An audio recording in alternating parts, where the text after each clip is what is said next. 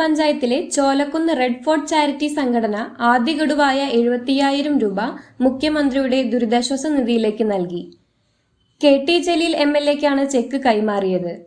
MLAയുടെ നിർദ്ദേശപ്രകാരം തവനൂർ മണ്ഡലത്തിലെ വിവിധ ദുരിതാശ്വാസ ക്യാമ്പുകളിലേക്ക് റെഡ് ഫോർട്ട് 100-ലധികം ബ്ലാങ്കറ്റുകളും മാസ്കുകളും ഭക്ഷണ സാധനങ്ങളും വിതരണം ചെയ്തിരുന്നു. കോവിഡ് മഹാമാരി കാലത്ത് മുഖ്യമന്ത്രിയുടെ ദുരിതാശ്വാസ നിധിയിലേക്ക് 58,000 രൂപ നൽകിയിരുന്നു. റെഡ് ഫോർട്ട് ചോലക്കുന്ന് പ്രാദേശികമായി വിവിധ ചാരിറ്റി പ്രവർത്തനങ്ങളിലും സജീവമാണ്. Red Fort president C.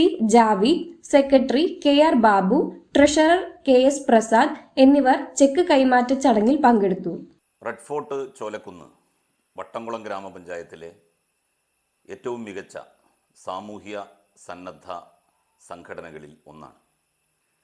സാധാരണക്കാരുടെയും പാവപ്പെട്ടവരുടെയും പ്രയാസങ്ങളും ദുരിതങ്ങളും അകറ്റാൻ തങ്ങളാലാവുന്നത് മുഴുവൻ റെഡ് ഫോർട്ട് ചോലക്കുന്ന് ചെയ്തു വരുന്നുണ്ട്.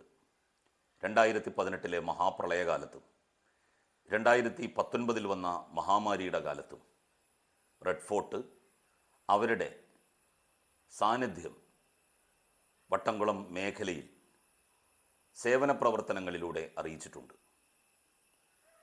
പുതിയ സാഹചര്യത്തിൽ വയനാട്ടിൽ വലിയൊരു ദുരന്തം, കേരളം കണ്ട ഏറ്റവും വലിയ ദുരന്തങ്ങളിലൊന്ന് സംഭവിച്ചു. അവിടെ നിരവധി ആളുകൾ മരണപ്പെട്ടു, ഒട്ടനവധി പേർ നിരാലംബരായി. അവരെ പുനരധിവസിപ്പിക്കുന്നതിന് വേണ്ടി, അവർക്ക് സമാശ്വാസം നൽകുന്നതിന് വേണ്ടി മുഖ്യമന്ത്രിയുടെ ദുരിതാശ്വാസ നിധിയിലേക്ക് റെഡ് ഫോർട്ട് ചോലക്കുന്ന് 75,000 രൂപയുടെ ചെക്കാണ് കൈമാറിയിരിക്കുന്നത്.